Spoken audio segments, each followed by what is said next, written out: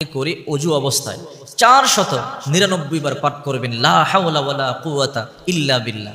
এটা এমন একটা পাওয়ারফুল দোয়া, যখন দুশ্চিন্তা পড়ে যাবেন তখনও পাঠ করবেন, যখন টেনশনে পড়ে যাবেন তখন এই দোয়া পাঠ করবেন, যখন অসুস্থ হবেন তখন এই দোয়া পাঠ করবেন, যখন কোনো বালা মুসিবতে পড়ে যাবেন তখন এই দোয়া পড়বেন, যখন কোনো সমস্যার সম্মুখীন হবেন আপনি এই দোয়া পাঠ করবেন, ইনশাআল্লাহ সাহায্য করবেন।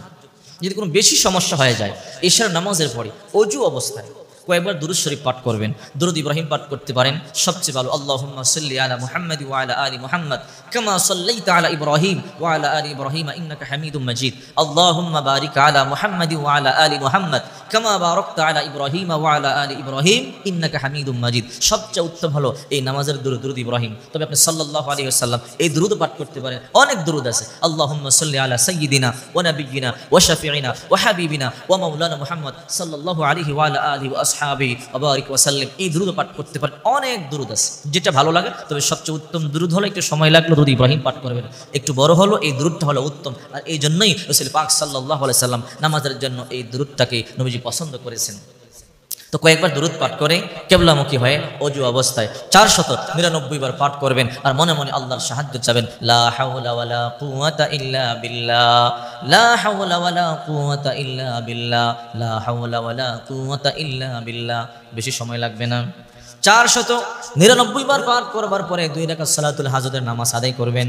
2 রাকাত সালাতুল হাজতের নামাজ আদায় করবার পরে যদি সম্ভব আরেকটু দোয়া পাঠ করবেন। আল্লাহুম্মা ইয়া আউয়ালাল আউয়ালিন ইয়া আখিরাল আখিরিন ইয়া দাল কুওয়াতিল মাতিন ইয়া রাহিমাল মাসাকিন ইয়া আরহামার রাহিমিন।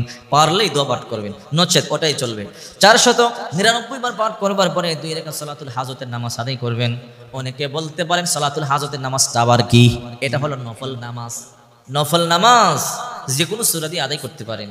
সূরা ফাতিহার পরে একটা সূরা মিলাবেন, আবার সূরা ফাতিহার পরে দ্বিতীয় রাকাতে একটা সূরা মিলে সালাম ফিরাবেন। এইরকম সালাত আদায় করবার পরে আল্লাহর দরবারে হাত তুলে দোয়া করবেন, আল্লাহ আমার এই সমস্যা সমাধান করে দাও, আমি সুস্থ করে দাও, দুশ্চিন্তায় আছে দুশ্চিন্তা দূর করে দাও, টেনশন দূর করে দাও। আল্লাহর দরবারে চাবেন, ইনশাআল্লাহ চাইতে দেরি আল্লাহ দোয়া মঞ্জুর করতে দেরি করবে না, কান্না করে দিবেন, চোখের পানি ছেড়ে দিবেন। দুনিয়ার কেউ আপনার ডাকে সারা দেখ আর না দেখ আল্লাহ দেবে। দুনিয়ার সবাই ফিরিয়ে দিল আল্লাহ ফিরিয়ে দিবে না। দুনিয়ার মানুষ তো অভাবেই দিলে কমে যায়, আল্লাহ দিলে কমে না। এই জন্য বিশ্বনবী যতই সমস্যার সম্মুখীন হতেন, বিশ্বনবী মুহাম্মদ রাসূলুল্লাহ সাহাবায়ে কেরামকে শিক্ষা দিয়েছেন আল্লাহর কাছে চাইবা। আল্লাহ তাআলা নিজে শিক্ষা দিয়েছেন, ইয়া আইয়ুহাল্লাযীনা আমানু ইসতাঈনু বিস-সাবরি ওয়াস-সালাহ। হে মুমিনগণ, হে ঈমানদারেরা, যখন তোমরা সমস্যায় পড়ে যাবে, বিপদে, তোমরা আল্লাহর কাছে সালাত এবং ধৈর্যের মাধ্যমে সাহায্য চাবে। সালাতে দাঁড়িয়ে যাবে, সালাতের মধ্যে দাঁড়িয়ে আল্লাহ সাহায্য চাবেন। সাজদার মধ্যে লুটায় পড়বেন, আল্লাহ তুমি আমাকে বানাইছো, আমাকে কষ্ট দিয়ে কি লাভ, আল্লাহ তুমি আমাকে কষ্ট দিও না। এরকম যখন দোয়া করবেন আল্লাহ তাআলা আপনার দোয়া কখনো ফিরাইয়া দিবে না। মুসিবতে পড়লেই ইশার সালাতের পরে লা হাওলা ওয়ালা কুওয়াতা ইল্লা বিল্লাহ 499 বার পাঠ করবেন। এই আমলটি যে করেছে সেই এর ফায়দা পেয়েছে, সেই ফলাফল পেয়েছে। অন্তরে আল্লাহর প্রতি বিশ্বাস রেখে পড়বেন, ফলাফল আপনিও পাবেন।